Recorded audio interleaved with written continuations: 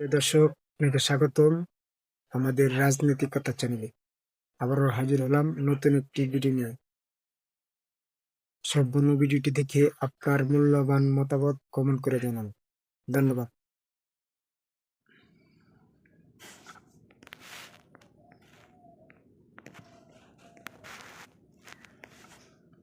আগে আপনারা দেখেছেন যে প্রায়ই আমি সেনাবাহিনীর বিভিন্ন তথ্য নিয়ে কন্টেন্ট করতাম।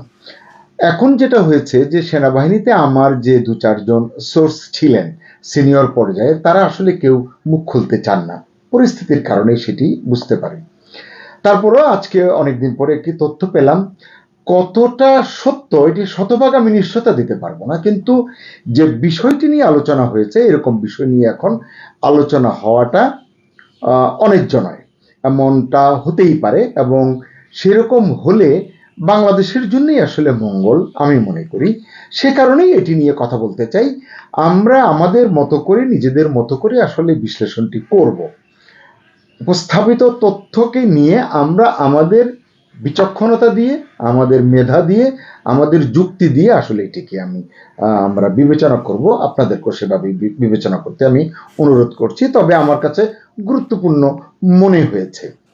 যাই হোক, আলোচনার শুরুতে আমি আসলে এই যে বাংলাদেশ আওয়ামী লীগ যে 10, 11, 12, 13 যে কর্মসূচি ডেকেছে, এবং বিশেষ করে যে 13 নভেম্বর বৃহস্পতিবার বাংলাদেশে কি হবে, এটি নিয়ে আসলে এখন সবার মনেই প্রশ্ন, সবার মনোযোগ এই 13 নভেম্বরের দিকে। তবে 10 নভেম্বর দেশের বিভিন্ন জায়গায় বেশ কিছু ঘটনা ঘটেছে, বেশ কিছু যানবাহনে আগুন লাগানো হয়েছে, আরো কিছু কিছু ঘটনা ঘটেছে। এগুলোর কারণে সাধারণ মানুষের মধ্যে এক ধরনের আতঙ্ক ভর করেছে। অবস্থার দৃষ্টি যেটি মনে হচ্ছে যে আওয়ামী লীগ চাইছে নিজেদের দাবি এবং অস্তিত্ব জানান দিতে, কারণ তারা একটু কোণঠাসা পর্যায়ে রয়েছে। আবার অন্যদিকে অন্তর্বর্তী সরকার চাইছে যেভাবেই হোক আওয়ামী লীগকে ঠেকাতে হবে, এবং আওয়ামী লীগ যেন কিছুতেই রাজনীতির মূল ধারায় ফিরতে না পারে, এটি অন্তর্বর্তী সরকারের চাওয়া। এবং অন্তর্বর্তী সরকারের যে প্রিয় যে দলগুলো আছে, অনুসারী অনুগামী দল আছে, তারাও আসলে এটি চায়, কারণ তারা মনে করে আওয়ামী লীগ যদি ফিরে আসে তাহলে কিন্তু সমূহ বিপদ। এগুলো তারা প্রকাশ্যেই এসব কথা বলছেন যে আওয়ামী লীগ ফিরে এলে তাদের কার কি হবে, কার প্রাণহানি হবে, কার জীবন বিপন্ন হবে, এগুলো তারা বলছেন।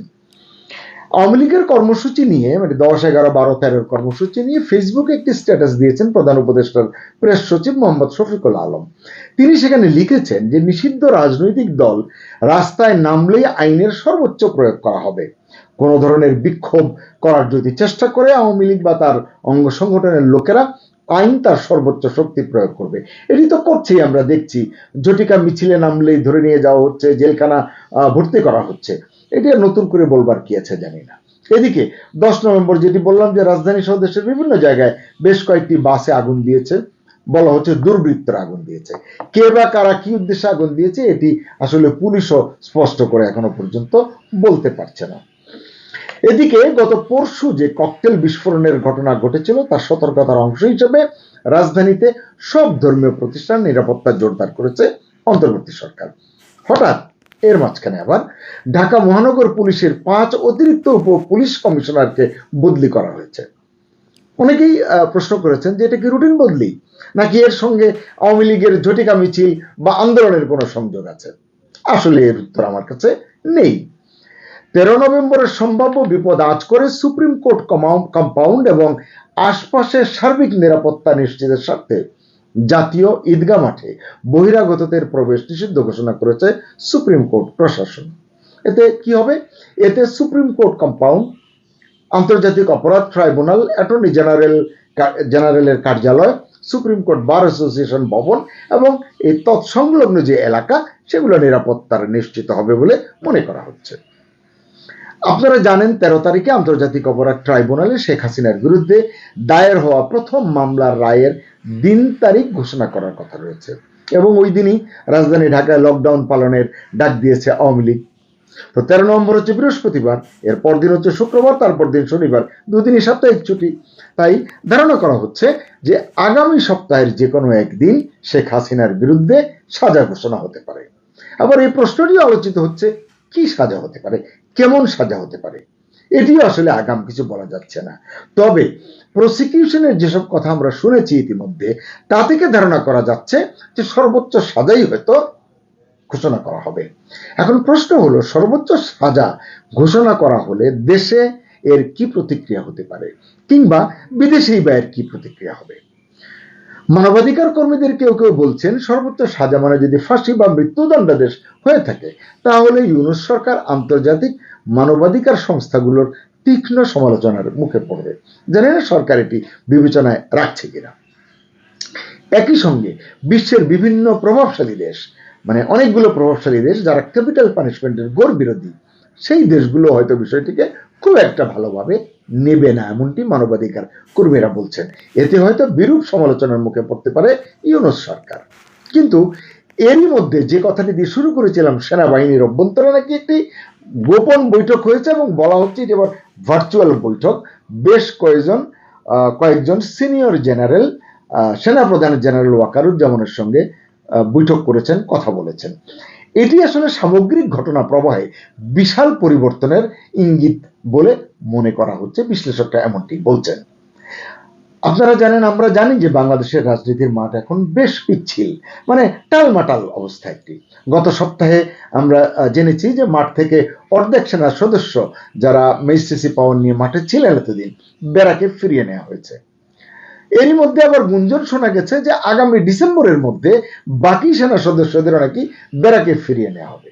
যদিও স্বরাষ্ট্র উপদেষ্টা জাহাঙ্গীর আলম চৌধুরী বক্তব্য নাকচ করে দিয়েছেন।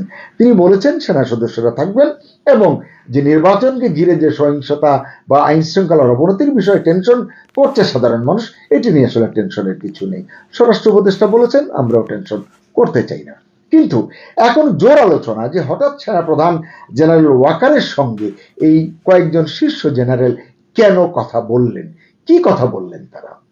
তা আমি মনে তো করি যে এরকম বৈঠক তারা করতেই পারেন, হয়তো তারা নিয়মিতই করেন। এই খবরটি কিভাবে বেরিয়ে এসেছে আমি জানি না, কিন্তু সেখানে সত্যি কি আলোচনা হয়েছে বা কি সিদ্ধান্ত হয়েছে সেটি সঠিকভাবে না জানা পর্যন্ত যথাযথ মন্তব্য করা বা কিছু বলা কিন্তু কঠিন। তবে ওই যে বললাম একটি সূত্র, সেই সূত্রটি বলছে কয়েকজন জেনারেলের এই বৈঠকে অন্য দুই বাহিনীর প্রধানও নাকি সামিল হয়েছিলেন। বলা হচ্ছে গোপন এই বৈঠকে গুরুত্বপূর্ণ কিছু সিদ্ধান্ত হয়েছে। এর মধ্যে অন্যতম হলো আগামী জাতীয় সংসদ নির্বাচন হতে হবে অবাধ, সুষ্ঠু এবং অন্তর্ভুক্তিমূলক। আমি মনে করি দেশের অধিকাংশ মানুষই এখন এটি চায়, এবং বিশ্বের সকল গণতন্ত্রকামী মানুষ যারা ন্যায্যতার পক্ষে কথা বলেন, থাকতে পছন্দ করেন, তারাও কিন্তু আসলে এটি চাইবেন রাজনীতির ঊর্ধ্বে উঠে। অর্থাৎ বাংলাদেশের সকল নিবন্ধিত রাজনৈতিক দল, 52টি রাজনৈতিক দল নিবন্ধিত আছে, বলা হচ্ছে যে এরা যেন আগামী সংসদ নির্বাচনে অংশ নিতে পারে। যদিও আমরা জানি যে আওয়ামী লীগের নিবন্ধন কিন্তু এখন স্থগিত হয়ে আছে, কিন্তু এই সূত্রটি বলছে আওয়ামী লীগের মতো বৃহৎ একটি দল নির্বাচনে অংশ নিতে না পারলে নির্বাচনের গ্রহণযোগ্যতাই দেশে যেমন বিশ্ববাসীর কাছেও প্রশ্নের মুখে পড়তে পারে। এমন প্রেক্ষাপটে সেনাবাহিনী আগামী নির্বাচনে কতটা সহযোগিতা করবে, মানে কেউ কেউ এমন বলছেন যে যদি অন্তর্ভুক্তিমূলক না হয় সেনাবাহিনী তাতে আসলে পূর্ণ সহযোগিতা নিয়ে হয়তো থাকবে না। জানি না, এটির আসলে নিশ্চিত করে বলবার মতো পরিস্থিতি বা তথ্য আমার হাতে নেই, তবে সংশয় কিন্তু দেখা দিয়েছে। এই যে আলোচনাটি হয়েছে, আলোচনায় আওয়ামী লীগ এবং জাতীয় পার্টির কথা নাকি বিশেষভাবে আলোচিত হয়েছে, কারণ আমরা দেখছি আওয়ামী লীগ এবং জাতীয় পার্টি আগামী নির্বাচনে অংশ নিতে পারবে কিনা সেটি এখন বড় প্রশ্ন হয়ে দেখা দিয়েছে। আমরা কিছুদিন আগে এটাও জেনেছি যে 6টি আন্তর্জাতিক মানবাধিকার সংস্থা প্রধান উপদেষ্টা ইউনূসকে চিঠি দিয়ে আওয়ামী লীগের নিষেধাজ্ঞা প্রত্যাহার করতে বলেছেন, দাবি জানিয়েছেন বা অনুরোধ করেছেন, এবং অন্তর্ভুক্তিমূলক নির্বাচনের দাবি তারা জানিয়েছেন। বোধহয় তারা 12টি দাবি জানিয়েছিলেন, তার ভিতরে অন্যতম হচ্ছে এই 2টি দাবি। আর আমরা তো এটা জানি যে ভারত শুরু থেকেই বাংলাদেশে অন্তর্ভুক্তিমূলক নির্বাচনের কথা বলছে, তারা এটি প্রত্যাশা করে, অর্থাৎ তারা চায় যে আওয়ামী লীগ যেন এই নির্বাচনে অংশ নিতে পারে। এছাড়াও দু একটি পশ্চিমা দেশে এখন অন্তর্ভুক্তিমূলক নির্বাচনের বিকল্প কিছু ভাবছে না বলেও জানা গেছে অন্য আরেকটি সূত্রে। এমন প্রেক্ষাপটে কয়েকজন জেনারেলের এই স্ট্যান্ড, তাদের যে অবস্থান, এটি বাংলাদেশের বর্তমান এবং আগামীর রাজনীতির জন্য অত্যন্ত গুরুত্বপূর্ণ পথ নির্দেশক হয়ে উঠতে পারে বলে বিশ্লেষকরা বলছেন। আমারও তাই মনে। সেনাবাহিনীর সাধারণ সদস্যদের মধ্যেও নাকি একই রকম চিন্তা চেতনা কাজ করছে বলে জানা গেছে। অর্থাৎ সেনাবাহিনীর কেউই, কোনো সদস্যই এটিকে যে নিজেদের সুনাম যেন ক্ষুণ্ণ না হয়, এটি তারা এখন বিশেষ করে চাইছে, সিরিয়াসলি তারা এটি ভাবছে।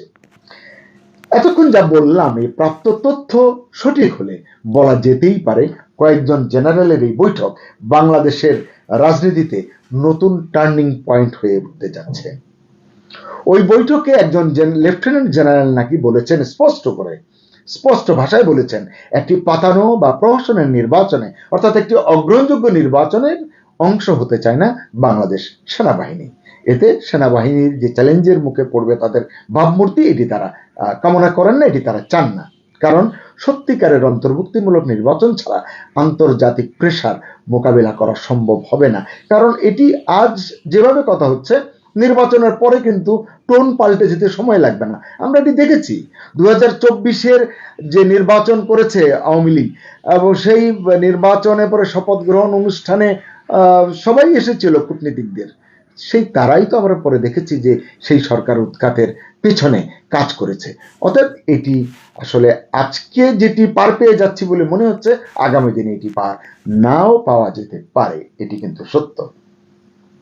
এই বৈঠকে যারা অংশ নিয়েছিলেন তাদের আসলে কথা যেটি জানা যাচ্ছে সেটি হচ্ছে যে নির্বাচন হতে হবে অবাধ, সুষ্ঠু, নিরপেক্ষ এবং অন্তর্ভুক্তিমূলক এবং অংশগ্রহণমূলক যাতে হয়, বলার অপেক্ষা রাখে না। শীর্ষ জেনারেলদের এই যে সম্মিলিত সিদ্ধান্ত, এর বাইরে নিশ্চয়ই সেনাপ্রধানও কিছু ভাবতে পারবেন না বা যেতে পারবেন না, হয়তো যেতেও চাইবেন না যদি এমন সিদ্ধান্ত হয়ে থাকে। তাই বলতে পারি বল এখন সেনাপ্রধানের কোর্টে, অর্থাৎ জেনারেল ওয়াকারের কোর্টে। তিনি চাইলে অন্তর্বর্তী সরকারের সঙ্গে কথা বলতে পারেন, তাদেরকে পরিস্থিতি বোঝাতে পারেন, আগামী দিনের রাজনীতি এবং রাজনৈতিক পরিস্থিতি যদি যথাযথভাবে উপস্থাপন করতে পারেন, আমার মনে হয় আওয়ামী লীগের উপর থেকে নিষেধাজ্ঞা প্রত্যাহার হতে পারে। এতে ইউনূস সরকার যদি এটি মেনে নেন, তাহলে আন্তর্জাতিক যে প্রেসার গ্রুপগুলো রয়েছে তাদের কাছেও তিনি প্রশংসিত হবেন এবং সত্যিকার অর্থে তিনি যে ইউনিক নির্বাচন করতে চান সেই পথে আসলে তিনি এগিয়ে যেতে পারবেন বলে অনেকেই মনে করছে। শুভকামনা সবার জন্য। আল্লাহ।